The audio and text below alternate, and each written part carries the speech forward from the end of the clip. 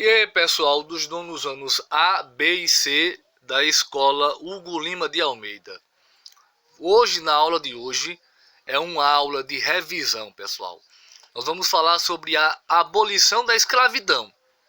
Mas para se entender o que foi essa abolição, como se chegou à abolição, nós temos que entender como era o continente africano, como era essa relação entre os africanos, entre os moradores do continente africano naquele período. Vamos lá.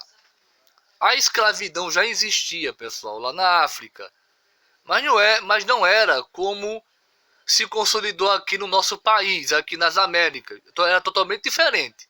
Vamos lá. O que era a escravidão para a África, ou para o continente africano? Foi uma organização político-administrativa da África. E como? Os conflitos intertribais. O que é isso? Havia algum conflito, alguma guerra entre alguma tribo, e a tribo perdedora, ou os perdedores, acabavam sendo escravos daqueles que ganhavam.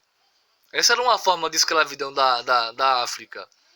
A escravidão semi-patriarcal também era outra forma de escravidão. E quando chegaram aqui à América, houve o contexto do colonialismo na América, a questão do colonial na América. Essa foi outra forma de escravidão, que a gente sabe que é a nossa escravidão. Aqui há as formas de escravidão, a africana e a forma de escravidão na questão do europeu vindo para aqui. Escravizaram os indígenas e posteriormente escravizaram os africanos, certo, pessoal?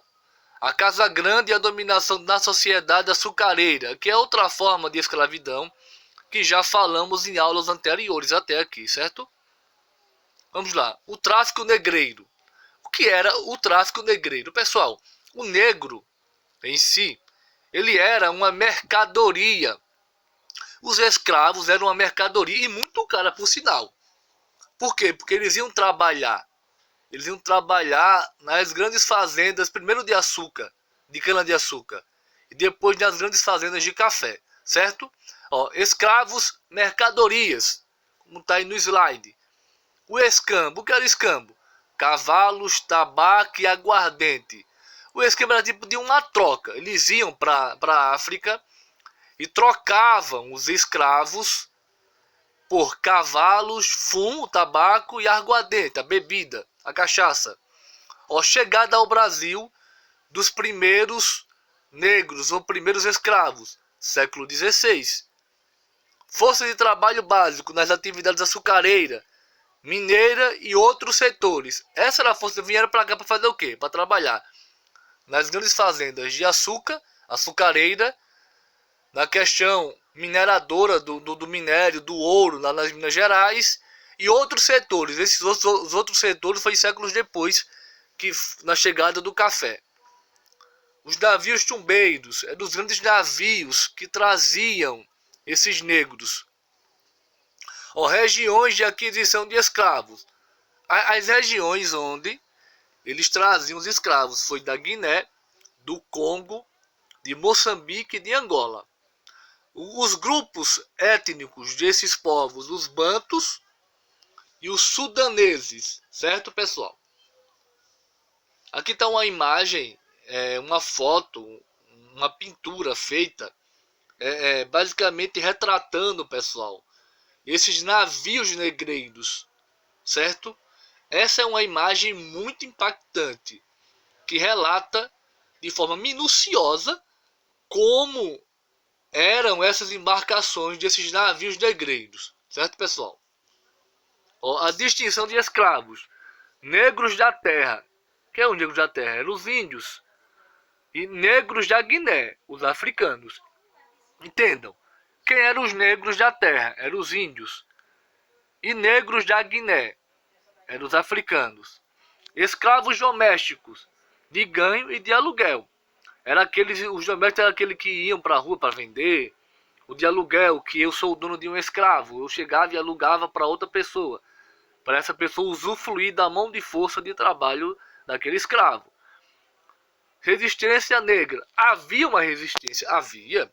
Ninguém é escravizado porque quer, porque gosta, porque acha bonzinho, pessoal. Havia uma resistência negra, sim.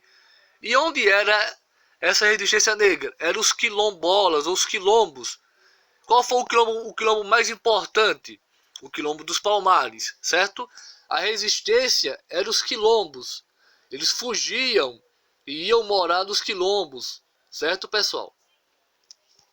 O processo de abolição não foi um processo rápido, não foi um processo que foi feito do dia para a noite. Houve primeiramente a pressão da Inglaterra. A Inglaterra também não foi boazinha, ela não pressionava esse processo de abolição porque eles eram bonzinhos. Eles tinham interesses econômicos em cima disso. Eles criaram uma lei chamada Bill Aberdan. Eu não sei muito bem inglês, pessoal, mas eu acho que é assim, Bill Aberdan, uma coisa assim é. Isso é uma lei da Inglaterra para abolir ou para amenizar esse processo de abolição. Outra lei que fizemos aqui foi a lei Eusébio de Queiroz, que é uma lei muito famosa, praticamente não serviu de nada, pessoal. Era uma lei que queria que o escravo completasse 60 anos de idade para ele ser liberto. Resumindo, o escravo não chegava nem aos 40 anos de idade. Como era que eles iam chegar até os 60 anos? Eram poucos que chegavam a 60 anos, pessoal, certo? Ó, a CAN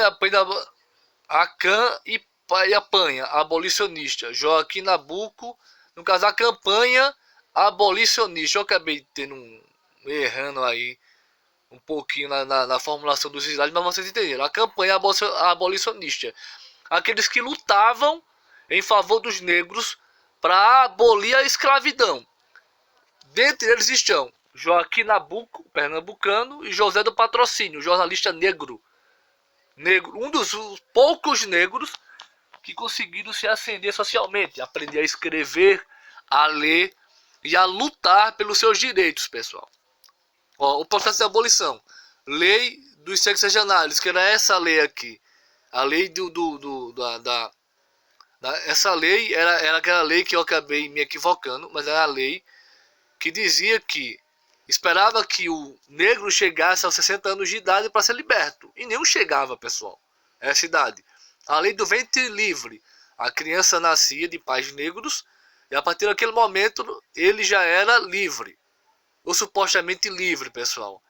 Mas a lei também que não deu certo aqui no nosso país. E a Lei Áurea, assinada pela princesa Isabel, que muita gente fala que ela foi a redentora. Pessoal, já havia um movimento abolicionista, principalmente dos negros, nessa questão da libertação dos negros, da abolição da escravidão. Então, resumindo, pessoal, não vamos cair no conto do vigário de achar que a princesa Isabel era boazinha de coração, uma mulher íntegra, uma mulher que queria que os negros fossem libertos. Não é assim, pessoal, não é assim. O buraco é mais embaixo. A história relata, a história tem provas contundentes que não foi bem assim, pessoal. A Lei Áurea ela foi praticamente forçada a assinar a Lei Áurea. Ou ela assinava, ou haveria derramamento de sangue aqui nesse país. Ainda bem que ela assinou e não houve. Aliás, já tinha tido mortes demais de vários negros que tentavam lutar pelos seus direitos, certo, pessoal? Tá aqui a princesa Isabel, ou a dona Isabel, princesa imperial do Brasil. Tá aqui uma foto da carta da Lei Áurea original. Essa aqui é original, assinada pela regente, certo? Tá aqui o artigo onde ela escreveu a questão da abolição, pessoal, certo? Essa aula é aula curta, é apenas uma aula explicativa da questão da abolição da escravidão. Espero que eu tenha contribuído com vocês e até a próxima aula, pessoal.